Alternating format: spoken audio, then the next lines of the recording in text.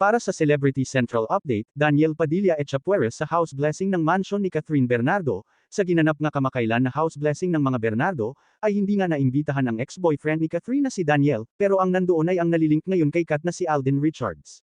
Matatandaan na naging bahagi si Daniel Padilla sa pagbuo ng mansion, noong 2020 ay kasama si Daniel sa groundbreaking ng bahay, nagmukhang kawawa si Daniel sa event na ito, ikatlong beses na palang naimbitahan si Alden ng pamilya Bernardo, una noong surprise birthday bash ni Catherine, at sa pangalawa ay sa birthday na mismo ni Catherine, at sa pangatlo ay heto na ngang house blessing.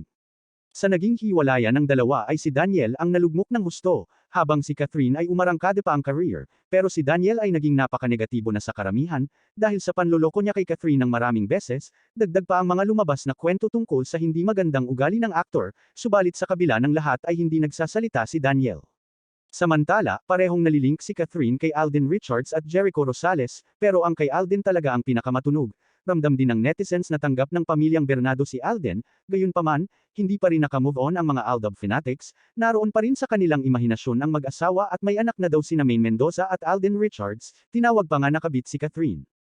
Sa kabilang banda naman, isang matagumpay na actor at businessman si Alden, subalit naididikit pa rin sa kanya ang isyong miyembro siya ng LGBT. Sa katunayan, hindi nga naaalis ang pangalan niya sa mga Pinoy showbiz personalities na sinasabing miyembro ng federasyon.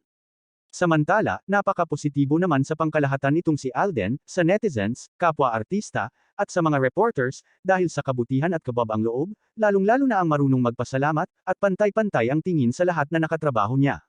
Sa ibang balita naman, Bea Alonzo tinawag ni Christy Fermin na reyna ng Eklatera.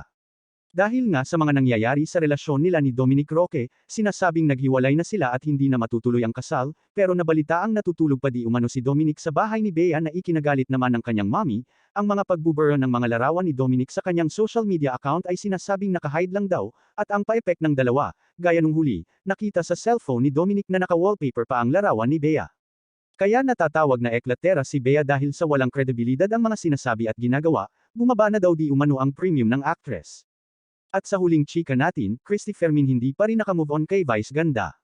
Kahit ginawang blind item sa programa niya ay halata naman na si Vice Ganda ang tinutukoy niya. Sa katunayan, matagal na nga ang issue na inilabas ng programa niya tungkol sa pagiging insecure daw ng unkabogable star, hindi pa nga natatapos ang bardagulan ng dalawa sa kanilang mga show, panay pasaring at patama sa bawat isa. Ayon pa sa blind item, ayaw na ayaw daw ng host comedian na ito na nasa sapawan, kahit sikat na at mayaman ay insecure pa rin daw ito.